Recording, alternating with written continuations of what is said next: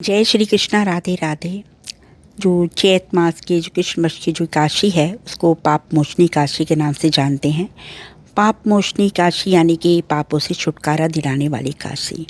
तो ये काशी बहुत महत्वपूर्ण है क्योंकि सभी हम इंसान हैं जो हमसे कभी जानकर या अनजाने में जो भी पाप हो जाते हैं, तो अगर हम इस दिन ये व्रत रखते हैं पाप मोचनी काशी का, तो हमारे सारे पापों से हमें मुक्ति मिल जाती है। इस बार जो एकादशी तिथि है वो 14 मार्च को सुबह 8:10 पर शुरू हो जाएगी और जो 15 मार्च के है सुबह 9:16 पर इसकी समाप्ति हो जाएगी। ऐसे में जो पाप मोचनी एकादशी हम किस दिन रखें, तो आपको मैं बता दूं कि उदय तिथि के हिसाब से यह व्रत किया जाता है, जो कि 15 मार्च को 2026 रविवार को रखा जाएगा। और इसके बाद जो व्रत का पारण टाइम है वो है 16 मार्च को। इसका जो पारण किया जाएगा वो 16 मार्च को किया जाएगा। वो होगा 6:30 से 8:54 तक रहेगा। पाप मोचनी एकादशी का बहुत विशेष महत्व बताया गया है।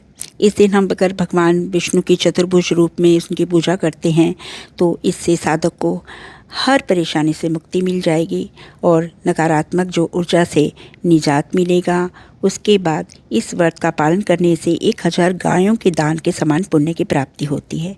इस दिन दान करने से अक्षय पुण्य की प्राप्ति होगी। तो यह व्रत आप अवश्य करें, जो कि ये 15 मार्च को ये पड़ने जा रहा है।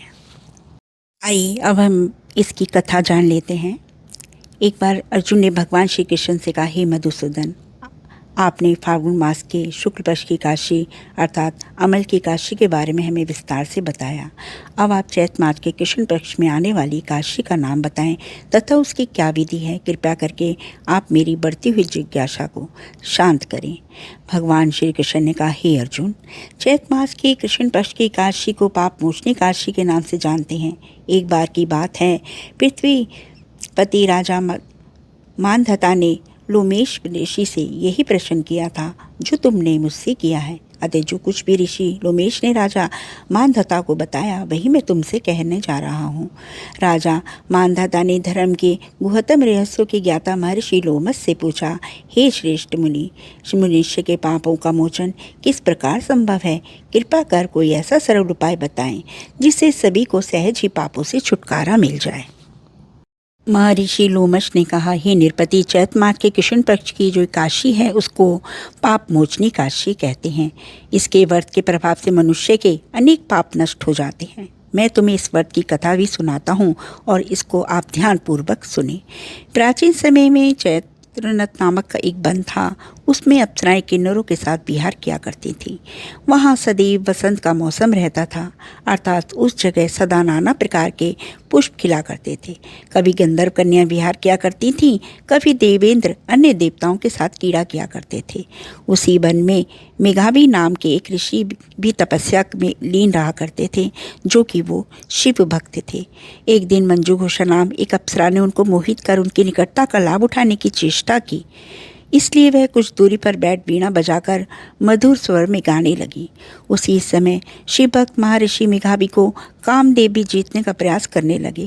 कामदेव ने उस सुंदर अप्सरा के मुंह का धनुष बनाया, कटाक्ष को उसकी प्रत्यंचा बनाई और उसके नेत्रों को मंजू घोषा अप्सरा का सेनापति बनाया। इस तरह कामदेव अपने शत्रु भक्त को जीतने को तैयार हुआ। उस समय महर्षि मेघावी भी युवावस्था में थे और काफ़ी हष्ट-पुष्ट थे। उन्होंने यकुप भी तथा दंड धारण कर रखा था। वे दूसरे कामदेव के समान प्रतीत हो रहे थे। उस मुनि को देखकर कामदेव के वश में हुई मंजू घोषा ने धीरे धीरे मधुर वाणी से वीणा पर गायन शुरू किया, तो महर्षि मेघावी भी मंजू घोषा के मधुर गाने पर तथा उसके सौंदर्य पर मोहित हो गए। वे अप्सरा मेघावी मुनि को कामदेव से पीड़ित जानकर उनसे आलिंगन करने लगी। महर्षि मेघावी उनके सौंदर्य पर मोहित होकर शिव रहस्य को भूल गए और काम के वशीभूत होकर उनके साथ रमण करने लगे। कामदेव के वशीभूत होने के कारण मुनि को उस समय दिन रात का कुछ भी ज्ञान न रहा और काफ़ी समय तक वे रमण करते रहे।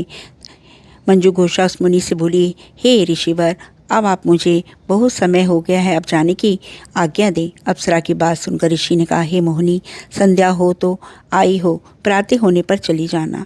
ऋषि के ऐसे वचन को सुनकर अप्सरा उनके साथ रमण करने लगी। इसी प्रकार दोनों ने साथ साथ बहुत समय बिताया। मंजू घोषा ने एक दिन ऋषि से कहा, हे विप्र, आप मुझे स्वर्ग जाने की आज्ञा दे दीजिए। इस मुनि ने इस बार भी यही कहा, हे रूपसी, अभी ज़्यादा समय व्यतीत नहीं हुआ है, कुछ समय और ठहरो। मुनि की बात सुनकर अप्सरास ने कहा, हे ऋषिवर, आपकी रात तो बहुत लंबी है, आप स्वयं ही सोचिए कि मुझे आपके पास आए कितना समय हो गया। अब और ज़्यादा समय तक ठहरना उचित है क्या? अप्सरा की इस बात को सुनकर मुनि को समय का बोध हुआ और वे गंभीरतापूर्वक विचार करने लगे। जब उन्हें इस समय का ज्ञान हुआ कि उन्हें रमण करते हुए काफ़ी समय व्यतीत हो चुका है, तो वो उस अप्सरा को काल का रूप समझने लगे। इतना ज़्यादा समय भोग विलास में व्यर्थ चला जाने पर उन्हें बड़ा क्रोध आया।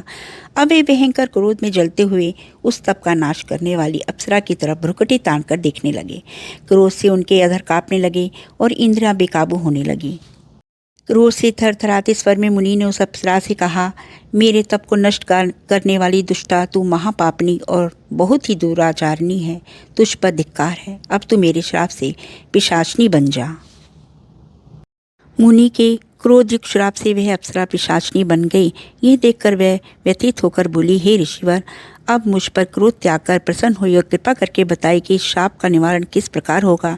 विद्वानों ने कहा है कि साधु की संगत अच्छा फल देने वाली होती है और आपके साथ जो मेरे बहुत वर्ष व्यतीत हुए हैं, अतः अब आप मुझ पर प्रसन्न हो जाइए, अन्यथा लोग कहेंगे कि एक पुण्य आत्मा के साथ रहने पर मंजू घोषा को पिशाचनी बनना पड़ा। मंजू घोषा की बात सुनकर मुनि को अपने क्रोध पर अत्यंत ग्लानि हुई, साथ ही अपनी अपकीर्ति का भय भी हुआ। अतः पिशाचनी बनी मंजू घोषा से मुनि ने कहा, तूने मेरा बड़ा बुरा किया है, किंतु फिर भी मैं तुझे इस श्राप से मुक्त करता हूँ और उपाय बताता हूँ। चैत मास की कृष्ण पक्ष की जो एकादशी आएगी, उसका नाम पाप मोचनी एकादशी है। उस एकादशी का उपवास करने से तेरी पिशाचनी की देह से मुक्ति हो जाएगी। ऐसा कहकर मुनि ने उसको व्रत का सब विधान समझा दिया। फिर अपने पापों का प्रायश्चित करने के लिए वे अपने पिता च्यवन ऋषि के पास गए। च्यवन ऋषि ने अपने पुत्र मेघावी को देखकर कहा, हे पुत्र, ऐसा क्या किया तूने कि तेरे सभी तप नष्ट हो गए हैं, इससे तुम्हारा समस्त देश मलिन हो गया है। मेघावी मुनि ने लज्जा से अपना सिर झुकाकर कहा, पिताश्री, मैंने एक अप्सरा से रमण करके बहुत बड़ा पाप किया है। इसी पाप के कारण संभवतः मेरा सारा तेज और मेरे तप नष्ट हो गए हैं। कृपा करके आप इस पाप से छूटने का उपाय बताएं। ऋषि ने कहा, हे पुत्र, तुम चैत मास के कृष्ण पक्ष की पाप मोचनी एकादशी का विधि तथा भक्तिपूर्वक उपवास करो, इससे तुम्हारे सभी पाप नष्ट हो जाएंगे। अपने पिता च्यवन ऋषि के वचनों को सुनकर मेघावी मुनि ने पाप मोचनी एकादशी का विधि पूर्वक व्रत किया। उसके प्रभाव से उसके सभी पाप नष्ट हो गए।